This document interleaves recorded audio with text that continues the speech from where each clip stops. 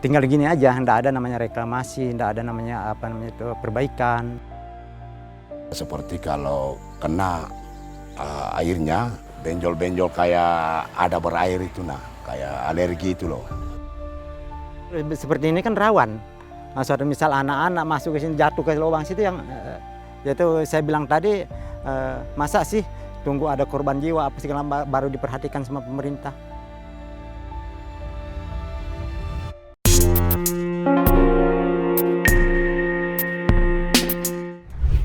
Sudah lebih dari 8 tahun, lubang bekas tambang batu bara di Kelurahan Mentawir, Kecamatan Sepaku, Kalimantan Timur dibiarkan begitu saja. Tidak ada upaya reklamasi atau proses pasca tambang yang dilakukan. Sebelum dibuka menjadi area tambang batu bara, wilayah seluas kurang lebih 3.700 hektar adalah kawasan hutan yang biasa digunakan warga untuk mencari kebutuhan hidup sehari-hari. Terpantau dari citra satelit Google Earth pada tahun 2002, area tersebut masih hijau, yang artinya masih menjadi kawasan hutan.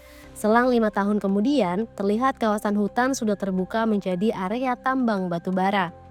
Hingga pada tahun 2017, kawasan hutan yang terbuka menjadi area tambang bertambah luas dari awalnya sepanjang 1,5 km menjadi 2,32 km. Setelah ada tambang PPC ini, ya kondisinya seperti ini. Sekarang kita juga tidak bisa cari buah dan sebagainya karena imbas dari bekas tambang PT PPCI ini. Awal bukanya PT PPCI tahun 2002. Tahun 2002 sampai 2006 stuck, sehingga stucknya seberapa tahun, buka lagi tahun 2013 sampai 2017, sehingga kubang-kubangan ini seperti ini. Yang 2002 itu di sana, 2002 sampai 2006 itu di sana. Jadi buka lagi mereka 2013 sampai 2017 itu di sini, daerah sini. Itu kan area di situ kan area perkebunan dulu, ya kan, nanam padi, ya kan, cari apa di situ, banyak juga rawa-rawa di situ kita cari ikan, ya kan. Jadi setelah adanya tamban ini, jangankan ikannya mati, pohon kayunya aja gugur karena akibat pencemaran tambang yang telah digali ini. Karena airnya tambang ini turun ke rawa itu, airnya mati semua. Gitu, jadi betul-betul kita dipatahkan mata pencarian, ya begitu. Tidak hanya menghilangkan mata pencarian masyarakat sekitar, kehadiran area tambang batubara PT Pasir Prima Coal Indonesia atau PPCI juga menimbulkan dampak lingkungan hidup yang serius. Salah satunya masyarakat kesulitan akses air bersih. Sebab sungai yang selama ini menjadi sumber air bersih bagi masyarakat tercemar oleh limbah tambang batubara. Bahkan sebagian kondisinya sudah mengering dan mati. Ini namanya Payok Rai. Di sini tempat kami mencari usaha, cari rotan, cari lempesu, cari mancing, pasang bubu. Dulu ini sungai. Sungai namanya Payok Rai. Payok Rai itu payok itu artinya rawa. Rawa. Di sini banyak ikan lele apa segala macam, sehingga karena ada tambang ini jadinya seperti ini. Jangankan ada ikan, kayu-kayuan aja mati. Akibat kondisi sungai yang tercemar, warga berinisiatif untuk menggali sumur dengan harapan bisa mendapatkan air bersih. Namun setelah melakukan penggalian, bukan air bersih yang didapat, melainkan air yang tercemar. Kami buat dari eksa, buat kolam, menggali dari pakai eksa, buat 2 unit kolam. Habis itu kami pompa airnya ke tandon, namun tidak layak untuk masyarakat karena apabila mereka nyuci kukunya hitam, kalau bisa direbus bukan di luar panci yang hitam, bahkan di dalam panci. Makanya masyarakat komplain, sehingga kami ngambil inisiatif ngambil ke sungai lagi. Karena menurut kami kalau sungai ini kan airnya ngalir deras, nggak nampung, nggak anu dia. Kalau di kolam kemarin itu kan nampung nggak ngalir, makanya limbah kotoran apa segala macam nggak keluar kan. Kalau seperti ini kita ambil airnya kan deras ngalir. Tapi itu pun masih ada dampaknya ke kami dari limbah tambang tersebut. Karena hulu sungai kami ini terletak di tambang itu. Iya, iya. Jadi kami masyarakat ini minta pertanggungjawaban aja kepada pihak perusahaan supaya bertanggung jawab, berani. Keresahan masyarakat akan lingkungan yang rusak sudah sering mereka suarakan. Hingga pada tahun 2021, Komisi 4 DPR RI mengunjungi lokasi bekas tambang. Kan tokoh masyarakat ada turun, ada Haji Nasir, ada kepala adat, lapor ke Komisi 4 DPR RI. Ada nanti, aku tuh lupa tahunnya. Kemudian turun lagi Komisi 4, turun. Lengkap timnya, lengkap tim. Dia bawa lingkungan hidup, dia bawa kehutanan, apa. Rekomendasi sama, terjadi pencemaran lingkungan. Adalah tesnya, bisa dilihat. Nanti bisa. Iya ada. Orang gatal-gatal, kemudian nggak bisa hidup, nggak apa. Ikan udah pada matian, apa segala macam. Terbukti memang ada pelanggaran, ada pencemaran, tapi juga mandek. Tapi ada yang menghambat penyelidikan ini sebenarnya. Ya siapa lagi kalau orang ini? Sebenarnya kalau pemerintah daerah adil, jujur mau benar-benar, tidak lanjuti dong, laporan saya lengkap kok. Dari hasil kunjungan tersebut, Komisi 4 DPR RI menemukan fakta terjadinya kerusakan lingkungan akibat penambangan batu bara yang dilakukan oleh PT PPCI. Sehingga masyarakat Mentawir kesulitan mengakses air bersih, kehilangan mata pencaharian, dan terhambatnya akses jalan masyarakat. Tunjukkan ya, pH-nya 2 itu, ini giginya itu bisa apa namanya rusak lah begitu ya. Apalagi kalau itu ditelan gitu. Karena misalnya nanti asam ya, misalnya ya kalau asam misalnya kena baju itu kan misalnya ada yang bisa bolong misalnya ya. Kemudian ada juga atap yang seng itu bisa ini. Karena nanti airnya itu apa namanya sama dengan ketika asam itu ketemu dengan oksigen begitu ya, jadi H2SO4, jadi asam sulfat. Nah itu yang sering banyak juga kejadian, termasuk hujan asam pun sudah terjadi di kita begitu ya.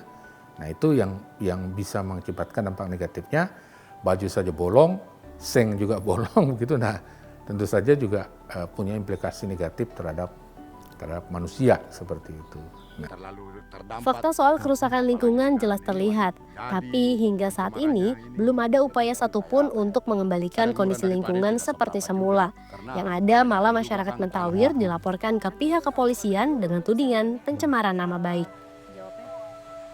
Tokoh masyarakat, tokoh adat masyarakat di Kelurahan Mentawir ini, tokoh masyarakat Kelurahan Mentawir atas nama Pak Haji Nasir melaporkan ke DPR bahwa di sini ada kubangan tidak pernah ditutup, ya kan?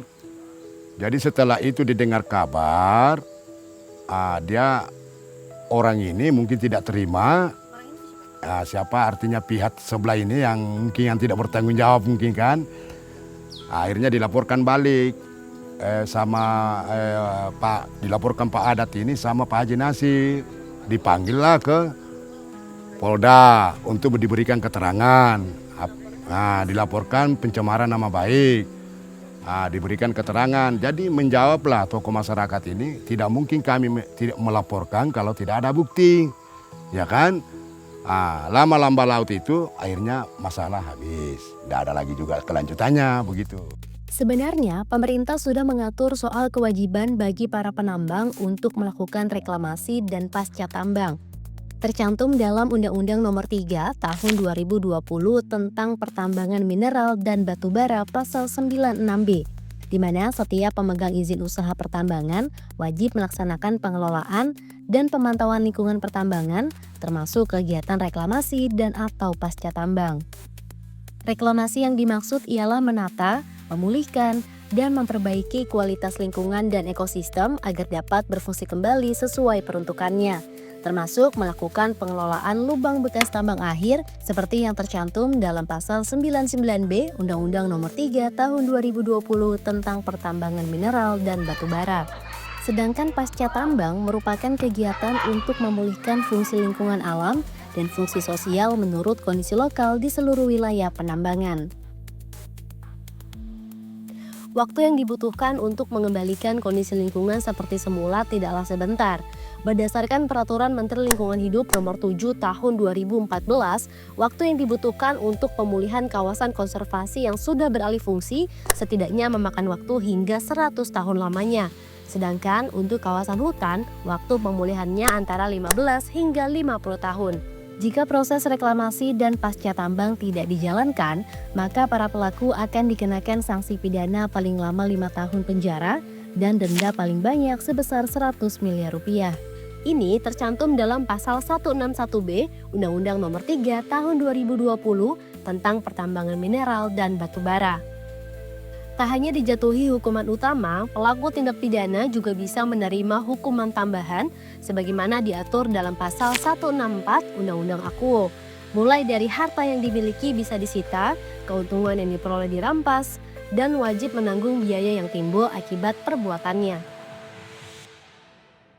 Regulasi itu kadang-kadang bagus, tapi begitu diimplementasinya itu yang sering jadi masalah begitu. Karena lagi-lagi kan, kemarin lagi itu adalah manusia bermain di situ kan. Yang paling memungkinkan itu dilakukan itu dengan penegakan hukum. Ya, karena dengan penegakan hukum itu ada pemaksaan ya mereka untuk yang memulihkan apa dan sebagainya. Karena di beberapa temuan itu jaminan reklamasi yang sekarang direbutkan sekitar 200 juta per hektar itu kadang itu sudah ditanam, disimpan gitu ya untuk melakukan proses pemulihan itu. Tapi nanti sudah mau berakhir ya berapa tahun itu diambil lagi sama mereka itu. Bahkan ada juga yang katakanlah sudah selesai itu dia hit and run aja, pergi aja seperti itu. Ada sekitar 3.092 lubang eks tambang di seluruh Indonesia yang terpantau jaringan advokasi tambang melalui citra satelit pada tahun 2020. Setidaknya ada 814 lubang tambang di Kalimantan Selatan dan sebanyak 1.735 lubang tambang di Kalimantan Timur. Organisasi yang populer dengan nama Jatam ini mencatat terdapat 7.114 izin usaha pertambangan mineral dan batu bara dengan luas total konsesi mencapai 9,76 juta hektar. Dari jumlah tersebut bisa dihitung, misalnya saja satu izin tambang meninggalkan 2 lubang tambang, maka saat ini ada sekitar 14.228 lubang tambang di Indonesia. Ini baru data yang legal tercatat di Kementerian ISDM. Belum lagi jika ditambah dengan angka tambang ilegal. Sudah pasti jumlahnya lebih banyak lagi. Tidak hanya merusak lingkungan, lubang bekas tambang yang dibiarkan menganga juga seringkali memakan korban. Tercatat sejak 2011 hingga 2024, sebanyak 47 jiwa melayang akibat lubang bekas tambang di Kalimantan Timur. Dengan korban terbanyak adalah anak-anak. Jadi yang pertama terkait dengan isu-isu pertambangan kita konsen ya. Ya, kalau misalnya ada indikasi-indikasi bahwa terjadinya pelanggaran hukum di sana, ya, kita konsen. Yang kedua, tentu kalau memang ada indikasi terhadap pelanggaran di bidang itu, silakan saja dilaporkan. Dilaporkan bisa di kejaksaan di daerah atau kejaksaan tinggi kalau misalnya ini lokusnya ada di Kalimantan Timur, silakan dilaporkan ke kejaksaan tinggi Kalimantan Timur ya. Kalau memang nanti bisa juga dilaporkan kemari, nanti apakah misalnya kita dari PASI atau serahkan ke sana. Tentu intinya sebenarnya bahwa saya kira kita ya selama ini kan sudah kita buktikan bagaimana konsen kita terhadap isu-isu pertambangan seperti timah dan ya. Nah, kalau misalnya di sini ada soal reklamasi pertambangan ya saya kira enggak apa-apa, silakan. Di tahun 2025 ini bisalah kami atas nama masyarakat saya bermohon bahwa tolonglah direklamasi ulang kembali yang Gobangan itu, diutuhkan kembali seperti semula waktu digali, supaya masyarakat bisa berbondong-bondong mencari rezeki di sana, apa aja yang bisa ditanam di sana. Harapan kami barang yang rusak ini harus dikembalikan seperti asal. Bisa menikmati. Dan juga kalau seperti ini kan rawan. Suatu misal anak-anak masuk ke sini jatuh ke lubang situ yang itu saya bilang tadi, masa sih tunggu ada korban jiwa apa segala baru diperhatikan sama pemerintah. Lubang tambang yang menganga adalah jebakan sunyi yang menyimpan bahaya. Dipenuhi air beracun dengan beragam logam berat, lubang-lubang ini bagaikan bom waktu bagi masyarakat sekitar. Lalu, sampai kapan ancaman ini akan dibiarkan?